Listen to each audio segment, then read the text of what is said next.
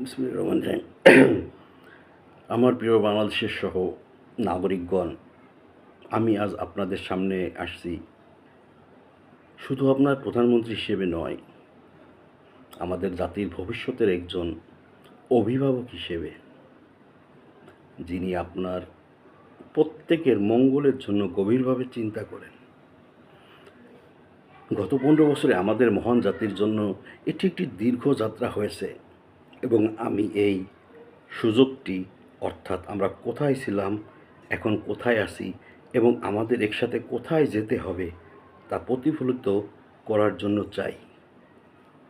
1 দশকেরও বেশি সময় ধরে আমরা অসংখ্য চ্যালেঞ্জের মুখোমুখি হয়েছি, যার মধ্যে অনেকগুলি আমাদের অগ্রগতিকে পঙ্গু করে দিতে এবং আমাদের জনগণের মধ্যে বিভেদ বপন করতে চেয়েছে।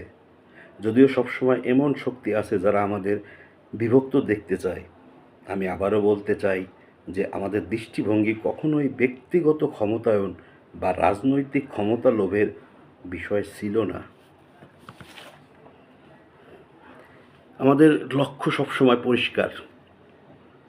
আমাদের প্রতিষ্ঠাতা বঙ্গবন্ধু শেখ মুজিবুর রহমানের অসমাপ্ত কাজ অব্যাহত রাখা।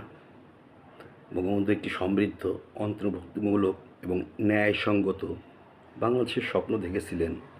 এমন একটি জাতি যেখানে ন্যায় বিচারের প্রাধান্য থাকবে এবং প্রতিটি নাগরিক মর্যাদা এবং সুযোগের সাথে জীবনযাপন করতে পারবেন। এই স্বপ্নের পথ সোজা হয়নি, ত্যাগও হয়েছে অপরিসীম। তবু আমরা আমাদের সংকল্পে অটল আছি। আজ আমি ন্যায় বিচারের কথা বলতে চাই, যে ন্যায় বিচার আমাদের জনগণের প্রাপ্য, যারা অবিচারের সম্মুখীন হয়েছে, যাদের মৌলিক অধিকার থেকে বঞ্চিত হয়েছে এবং যাদের কণ্ঠস্বর দমন করা হয়েছে, তাদের জন্য ন্যায় বিচার। তাদের গল্প শোনার জন্য আমাদের অক্লান্ত পরিশ্রম করতে হবে। তাদের সংগ্রামকে স্বীকৃতি দেওয়া হয় এবং তারা যে ন্যায় বিচার পাওয়ার যোগ্য তা তারা পায়। আমাদের অগ্রগতিকে ব্যাহত করার যে কোনো প্রচেষ্টার বিরুদ্ধে আমাদের ঐক্যবদ্ধ হওয়া অপরিহার্য। আমাদের অবশ্যই তাদের জবাবদিহি করতে হবে, যারা আমাদের গণতন্ত্রকে দুর্বল করতে চেয়েছে, যারা আমাদের দেশকে সহিংসতায় ও ভয়ে পঙ্গু করে দিয়েছে। আমাদের বিচার ব্যবস্থা অবশ্যই শক্তিশালী, স্বচ্ছ ও ন্যায্য হতে হবে, যাতে প্রত্যেক নাগরিক প্রতিশোধের ভয় ছাড়াই তাদের অধিকার দাবি করতে পারে। আপনার প্রধানমন্ত্রী হিসেবে আপনার প্রতি আমার অঙ্গীকার অটুট। আমরা এমন একটি বাংলাদেশ গড়ে তুলছি যা ন্যায্য, সাম্য ও ভ্রাতৃত্বের নীতিতে সম্মান করে। এটি আমাদের শিশুদের জন্য একটি উজ্জ্বল ভবিষ্যৎ নিশ্চিত করার বিষয়, পরবর্তী প্রজন্মকে আরও বড় স্বপ্ন দেখাতে এবং আরও অর্জন করার ক্ষমতায়িত করার বিষয়ে। যদিও সামনের রাস্তার চ্যালেঞ্জ পরিপূর্ণ হতে পারে, আমি আপনাদের সকলকে অবিচল থাকার আহ্বান জানাচ্ছি। আসুন একসাথে ন্যায়, শান্তি ও উন্নয়নের এই যাত্রা অব্যাহত রাখি। আসুন বঙ্গবন্ধুর উত্তরাধিকার সমুন্নত রাখতে কঠোর পরিশ্রম করি। সকলের জন্য বাঁচো এবং উন্নতি করো, এই নীতিকে নিজেদের উৎসর্গ করি।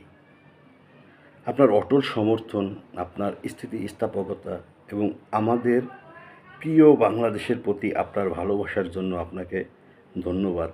একসাথে আমরা নিশ্চিত করব যে ন্যায় বিচারের জয় হবে, আমাদের জাতিকে আশা ও সমৃদ্ধির আলোকবর্তিকা হিসেবে গড়ে তুলবে ইনশাল্লাহ।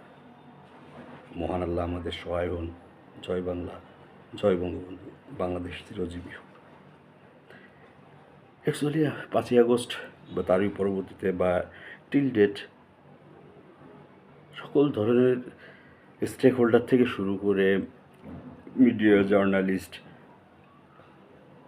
ইন্টালেকচুয়াল সকলে আমরা শুধু সমস্যার কথা বলি, সমাধানের কথা বলি না। সমাধানের কথা দুইটা যা বলিও আমরা, সেগুলো সমাধান যারা করবেন, দায়িত্বে আছেন গত 10 মাস, তারা সেদিকে কর্ণপাত করেননি। একটা জাতির জন্য একটা দিন অনেক গুরুত্বপূর্ণ। আমি যে বিষয়টা বললাম, প্রতিটা লাইন, প্রতিটা শব্দের আমি পজিটিভ ব্যাখ্যা আপনাদের দিতে পারবো। জুলাই আগস্টে হত্যা,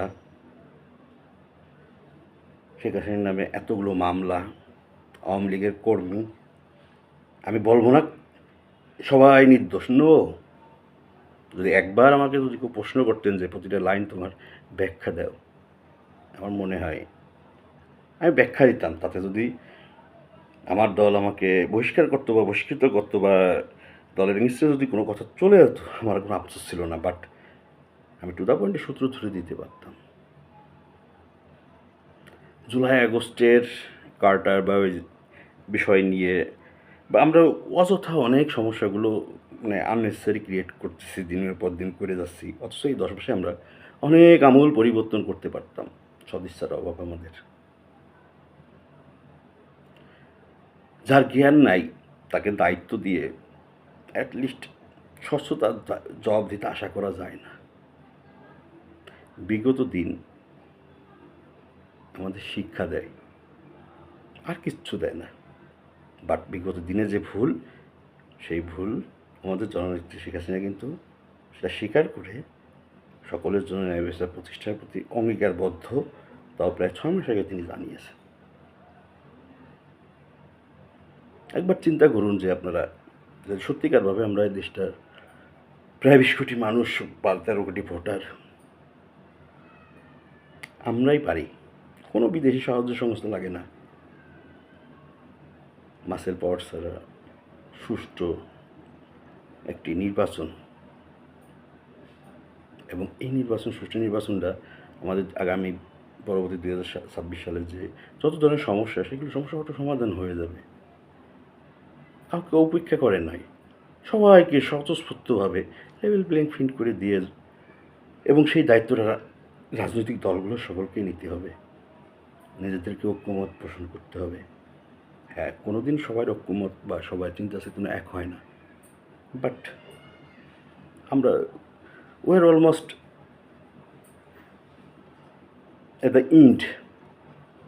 এবং সেই এন্ডের দিকে আমাদের একটু ডিপলি চিন্তা করা উচিত যে দোষী যথাযথ আইনের বিচার তার হোক, এবং হবে ইনশাল্লাহ, বাট ন্যায্যতার ভিত্তিতে। সর্বোপরি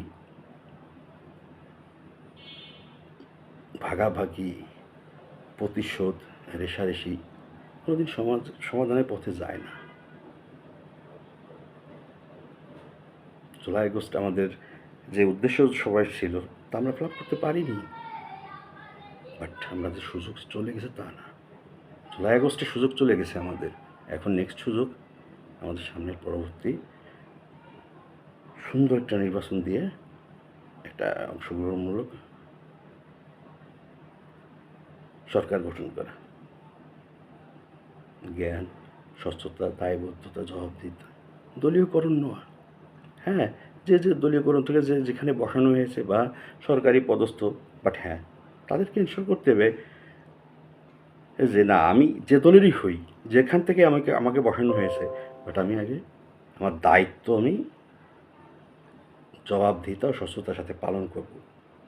তাহলে কে জামাতের রিকমেন্ডে আসছে, বিএনপি রিকমেন্ডে আসছে, কে আওয়ামী লীগের রয়েছে, এত চিন্তা করার দরকার নেই আমাদের। আমাদের সমস্যাগুলো খুব বেশি না, আবার অনেক জটিল। সত্যিকারভাবে যদি সমাধানের পথ চাই আমরা, তাহলে আমাদের সবার জন্য মঙ্গল। ভুল ত্রুটি মাফ করবেন, বাট আমি প্রতিটা শব্দে, প্রতিটা লাইনের ব্যাখ্যা আমি দিতে পারবো ইনশাল্লাহ। আওয়ামী লীগের শুধুমাত্র আমি সভাপতি, তার বিষয়ে আমি ব্যাখ্যা দিতে পারবো।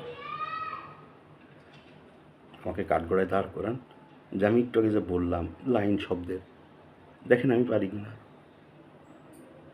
তথ্য সহকারে, রেকর্ড মানে ডকুমেন্টস সহকারে। ধন্যবাদ।